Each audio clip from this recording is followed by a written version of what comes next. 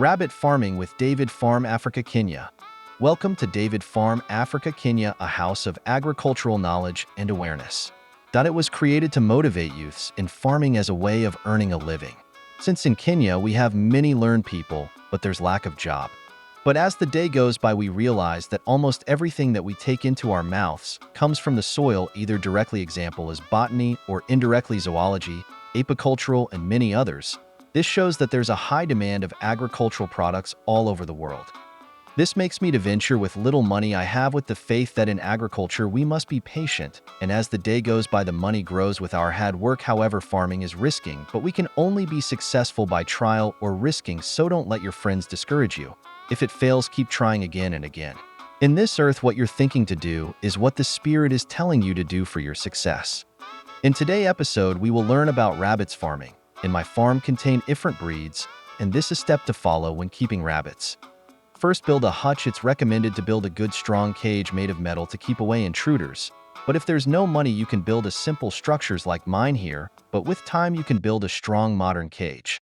Secondly, bring the rabbits. The number is determined by the size and number of cages built.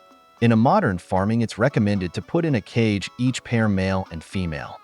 Thirdly, food and water you can buy from Agravet in pellets form, or just look for a local feed like sweet potatoes leaves and stem, groundnut leaves and stem, kales, cabbage, cowpeas leaves and stem, alfalfa, timothy, common weeds like blackjack, and many others.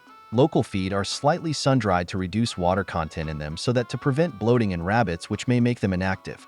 They should also provide a well-balanced diet. In addition to feed, provide water, which many farmers fail to do. Like any other animals, rabbits also take water. Fourthly, breeding stock. It's difficult to differentiate between a buck and doe in their early stages, so you can recheck again if you may have bought male or female. This is a very common mistake. When you buy kits, it's preferred to buy medium size to do away with this mistake. Fifthly, time to breed and get ready to kindle. Always take the doe to the buck.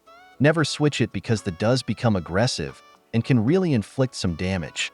I remove anything that could get in the way or injure the rabbits when breeding. They tend to run around, so any metal feeders or protruding bits can poke out an eye. Once the doe is in the buck's cage, stay to watch to make sure no one gets hurt. They might run or sniff each other. Eventually the buck will get around back and begin to mount. Now be watchful until 30 to 34 days when doe can give birth. Number 6. Babies. Between 30 and 34 days after the first breeding date is when the doe will give birth. I give my mothers as much water and food as they can digest. The babies will be hairless with closed eyes and ears the first week to 10 days depending on the breed size. They will shuffle and make noises into the box. It's uncanny how strong they are.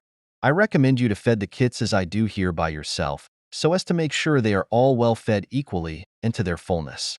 Number 7. Keep them on a box or any suitable container and take care of them. Be aware that when they are young, cats can eat them thinking that they are rats. Number 8. Worst stage. This is the stage when they start eating solid foods like leaves or pellets. Here, if not well taken care of them, can die all. They are stressed here because being denied doe milk, as the doe gives birth every month. Number 9. Plan for expansion. This is a point that cannot be overemphasized. Rabbits breed at a fast rate. When you start with 2 rabbits, you can get up to 80 rabbits by the end of the year. And the next year would lead to more rabbits as the younger rabbits mature and give birth to their own rabbits. Many farmers utilize space wisely by stacking up cages. This ensures they use only a small amount of space for their rabbit farming business. Number 10. Selling products. Rabbits are kept for their meat, manure, and fur. These are all products that are beneficial and can provide you with a regular source of income. Collect rabbit manure instead of letting things like urine go to waste. You can decide to sell the rabbits whole. Various businessmen. This is a good way for those who do not want to be involved with slaughtering. Hotels, especially those frequented by Chinese, would also be a good place to sell your rabbits, as rabbit eating is nothing new to them. Or you can sell directly to customers or to butcheries.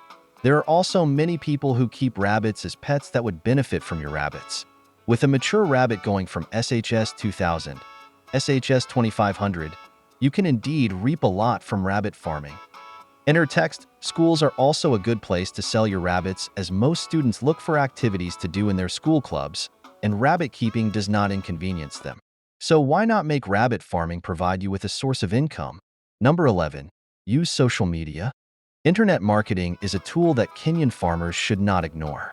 It is relatively cheap and it brings great results that will enable you to continue to benefit from your rabbit farming business. The future of rabbit farming is great in Kenya. When done well, rabbit farming has the potential to change livelihoods and employ many Kenyans. So let rabbit farming become a source of revenue for you. It is a fairly easy venture to pull off and its returns are awesome. Why raising rabbits is a smart investment. Why raising rabbits is a smart investment. Cuniculture is an environmentally sustainable agricultural practice, a high-profit enterprise with the potential to generate significant economic value.